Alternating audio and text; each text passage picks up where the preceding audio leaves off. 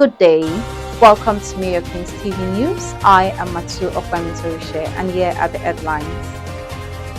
Massive police deployment on Delta communities to stop kidnapping.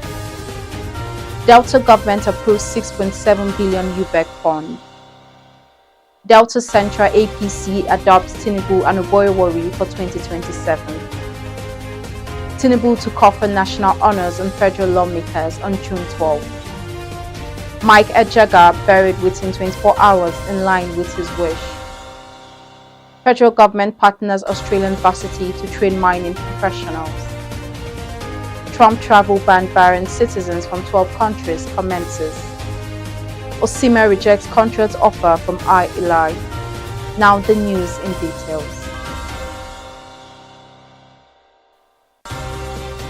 The Delta State Commissioner of Police, Olufemi Abaniwonda, has ordered massive deployment of tactical teams to the Abraka community and environs in the Ethiope East local government area of the state, following the upsurge in kidnapping incidents in the locality.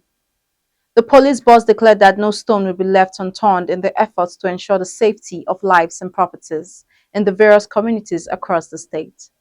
Abaniwonda made the declaration in response to the upsurge in violent crimes in Abraka, where the State Police Command last week confirmed the death of 4 suspected armed kidnappers in a gun duel with joint security operative comprising police patrol team, vigilantes and hunters, and members of anti-cult volunteers. It was stated that one AK-47 rifle, along with 13 rounds of live ammunition, was recovered from the neutralized killer kidnappers during that joint operation. Consequently, residents of the Abraka community expressed relief and gratitude to the joint security operatives, while also calling for heightened surveillance and sustained patrol of the Abraka-Bini Highway and adjoining forest routes.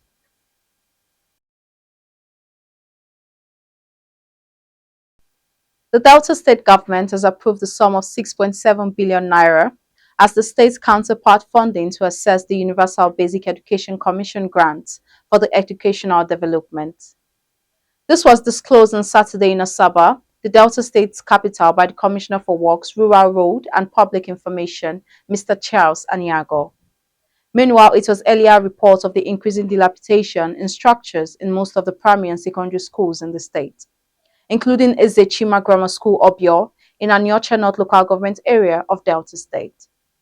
In the light of this, Aniagwu further stated that the state has approved the supply and installation of workshop tools and equipment at Omadino Technical College and Model Technical College, Oraife.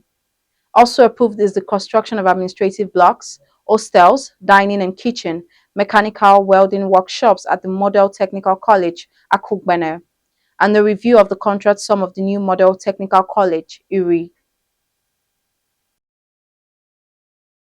In a resounding display of unity, the All Progressive Congress APC in Delta Central Senatorial District Sunday adopted President Bola Ahmed Tinubu and Governor Sheriff Oboyewori as their sole candidates for the 2027 election. The adoption was a culmination of APC Delta Central Mega Unity meeting of political gladiators and party faithfuls in Nigeria. From the federal, state and local government levels held in Ugeli, where the party leaders and faithful came together to reaffirm their support for President Tinubu and Governor Sheriff Oboyewori. Right Honorable Francis Waye, representing Ugeli/Udu Federal Constituency, who moved the motion for the adoption of President Tinubu and Governor Sheriff Oboyewori, praised President Tinubu's economic reforms and Governor Sheriff's leadership and performance. The motion was seconded by former member of House of Representatives, Honorable Alems Agoda. However, Senator Ede Dafinone, representing Delta Central, put the motion to a voice vote, which was unanimously adopted, showcasing the party's strong backing for President Tinubu and Governor Sheriff Oboyewori. The meeting also passed a vote of confidence in the leadership of President Tinubu and Governor Oboyewori, with party leaders and faithful from the senatorial district affirming their support for dual re-election in 2027. Minister of Aviation and Aerospace Development, Mr. Festus Keyamo, noted that the meeting was aimed at strengthening the bond of unity among party leaders and faithfuls, describing President Tinubu as the most economic manager of the nation's resources.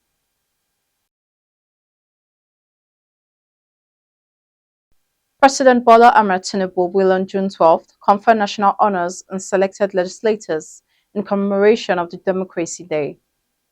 This is contained in a statement by the House of Representatives spokesman, Akin Rotimi Jr. in Abuja on Sunday. The leadership and members of the House will participate in special joint sitting of the National Assembly on Thursday, June 12th. The President is expected to be the special guest of honor and will address the joint sitting of the legislators. He explained that the joint sitting represents a significant moment in Nigeria's democratic journey.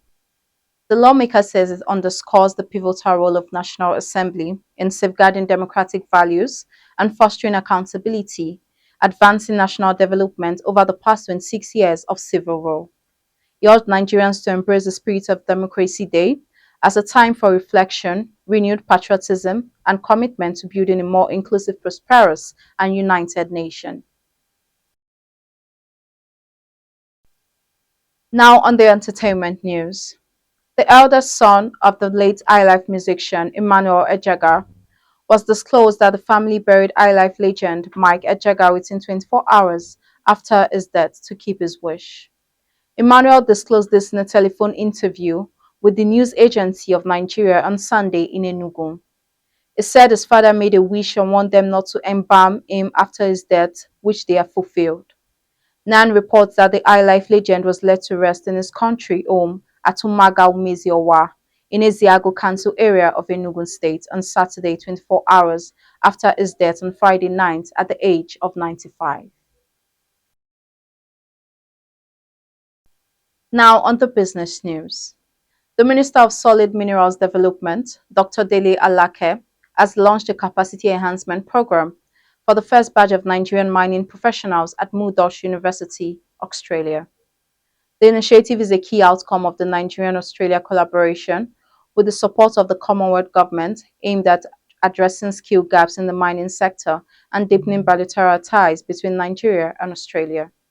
Recall that during the 2023 African Down Under Conference in Perth, Australia Alake entered into agreement with the government of Western Australia through the Australian Ministry of Mines and Petroleum and Monash University to facilitate technical training designed to strengthen the expertise of Nigerian mining professionals. A statement issued by the Minister's Special Assistant on Media, Segun Tomori, on Sunday said this collaboration with strong support from the Australian High Commission in Nigeria has now culminated into commencement of two-week pilot training program involving 11 Nigerian participants at the Monash University. In his remarks at the launch, Alake noted that the program represents vision conceived less than 2 years ago. The Western Australian Minister for Mines and Petroleum, David Michael, also welcomed the Nigerian delegation and expressed strong support for the collaborative approach to resource development. Now on the foreign news.